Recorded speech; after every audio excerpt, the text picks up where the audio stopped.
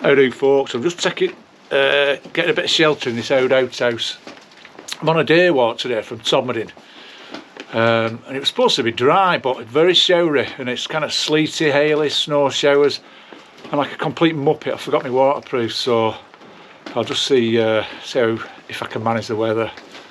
I'm doing a walk over a place called Whirlaw Common. Going to go up to see the famous Wizard of Whol, and then we're going to come over this moor sort of in a big arc and then drop back down to the valley. I need to thank Why Explorer Mark for getting me out today.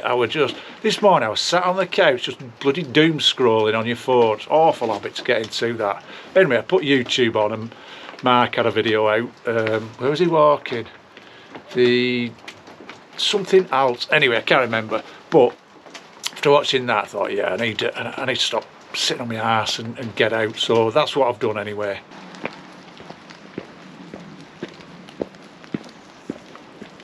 Quite often in the winter time, I usually bring a little bag of bird food with me, just to help the birds at this time of year.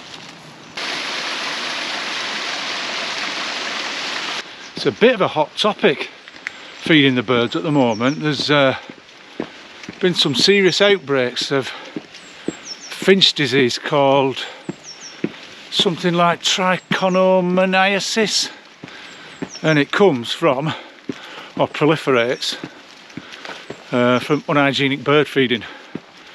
So the RSPB, etc., are stressing the importance of really good bird feeder hygiene, washing them, things like that as often as possible.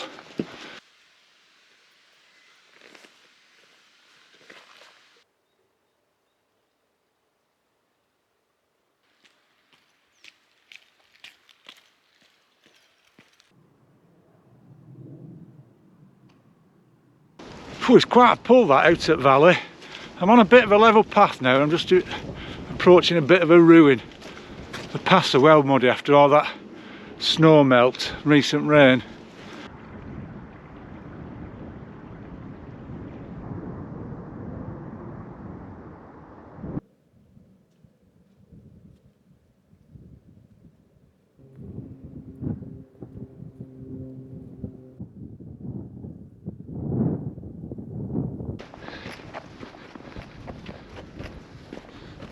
Just approaching the Bridestones now, Bridestones moor.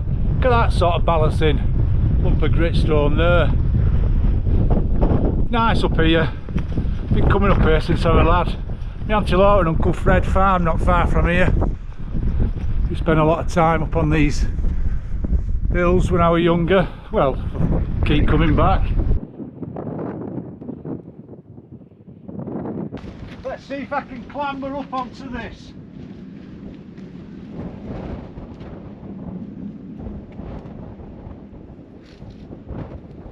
No, can't do it.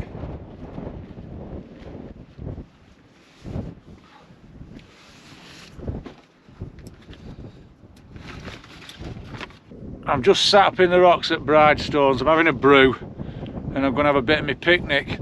We've just had another squall come through, so I've got this big lump of millstone grit behind me, so it's giving me a bit of shelter, although it's stopped now. The sun's come out again. I'm just going to have I don't know, 10 minutes or so here, then we'll walk up to the ice point up there. The trig point's just up there. Hellfire, look at that dark cloud, it's coming right this way.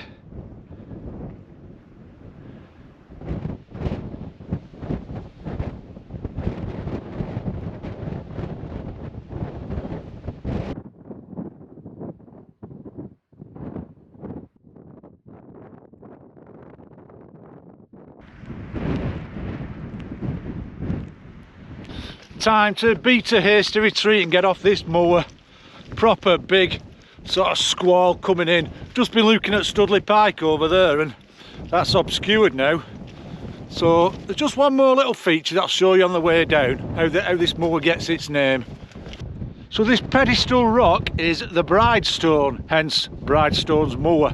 Now apparently there was a bride and a groom, only the bride remains, so I'm guessing that, hang on a minute, this fallen lump here was once the groom. You can see a little pedestal there, maybe where it eroded away.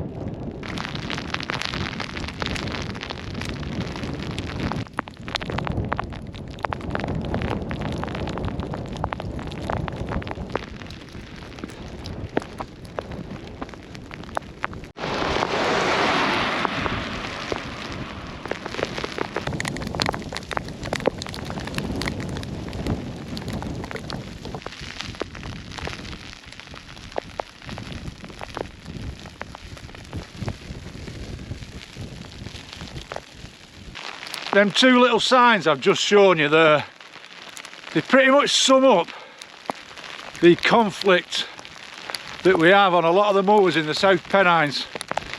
On one hand, you've got these like grouse shooting moorland groups who love to bang on about how they're saving our waders from extinction, but don't tell you that like they're trapping and killing all our native wildlife.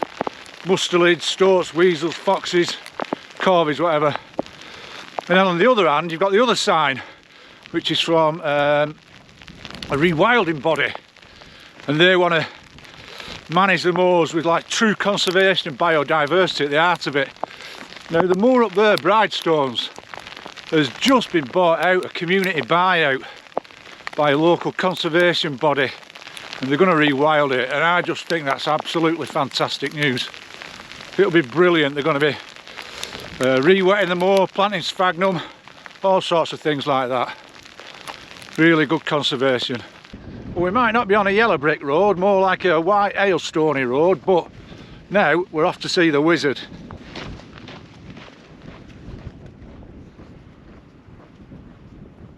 The white wizard approaches. Not the white wizard, the light's terrible for this. Can you see it on this big rock here? This is the Wizard of Whirlaw, famous sort of stone head carving locally. Oh, the light's shocking. Let me try and go from this angle. Oh, that's a bit better. Can you see? Might see if I can get a photo as well. It might illustrate its features a bit better.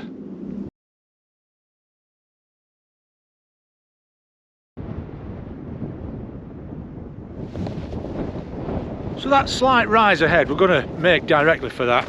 That is the hill of Whirlaw, and I'll tell you a little bit about the Wizard of Whirlaw when we get there. Little mushroom down here.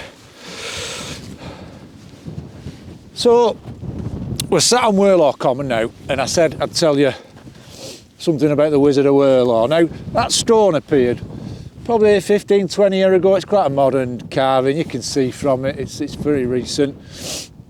But locally it's known as the Wizard of Whirlaw, and that's because on this common, Whirlaw Common, the ashes are scattered of a very interesting local man called William Holt, and he wrote a book called The Wizard of Whirlaw. I think it was about the 50s. I've never read it.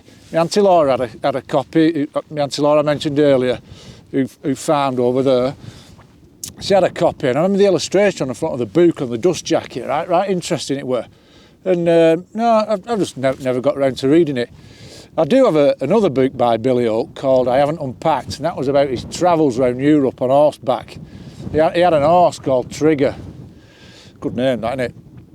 Although Mr. Ed would have been a good name as well, wouldn't it? Do you remember Mr. Ed? Anyway, yeah, so he travelled all around Europe on Trigger. Another thing William Holt was prone to doing was signing his books with Wild Abandon. The one I've got, that's been signed by him, my Auntie's Wizard of Whirlaw signed. In fact, I think any book I've ever seen of his has been signed. Apparently, it's more unusual to come across one without his signature. For a time, Billy Holt was quite well known. He was a broadcaster. He was heavily involved in local politics round here. He was a member of the Communist Party. And also, he was an artist. And in later life, he used to hawk his paintings round here from Trigger. Trigger had like panniers on the side, like an alpaca horse, and in it was stored his paintings. And my Auntie Laura told me a tale how he once turned up at her farm and she invited him in. And she was looking at his paintings, and I think she said she was quite tempted to buy one. She was a bit canny like that, my Auntie Laura. She might have seen it as some sort of investment. Anyway, she told me when he gave her a price, she said they were too bloody dear. So she didn't want to buy one. I think they were probably a bit out there as well for my Auntie Laura. She was more of a Turner or a Constable fan.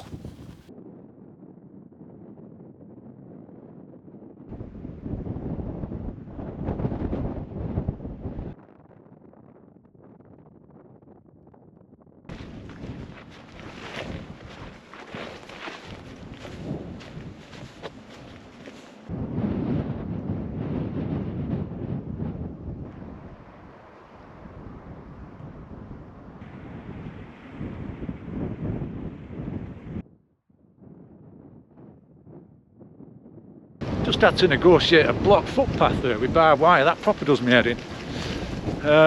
It's not a well used path though this, there's no tonk ground, and I'm just sort of following the edges of this nice big holly hedgerow. These are old hollies, aren't they? Yeah, so I'm well on the descent now. It's quite steep though, so I think I'm gonna wrap things up here. Yeah, really enjoyed that walk. So glad I managed to kick myself off the couch and come out. And even that hailstorm, that was quite nice as well. I enjoyed that. I don't think I'm on the right path here. I need to get across somehow. Anyway, I'm going to say thanks for watching. Look after yourselves, and I'll see you next time.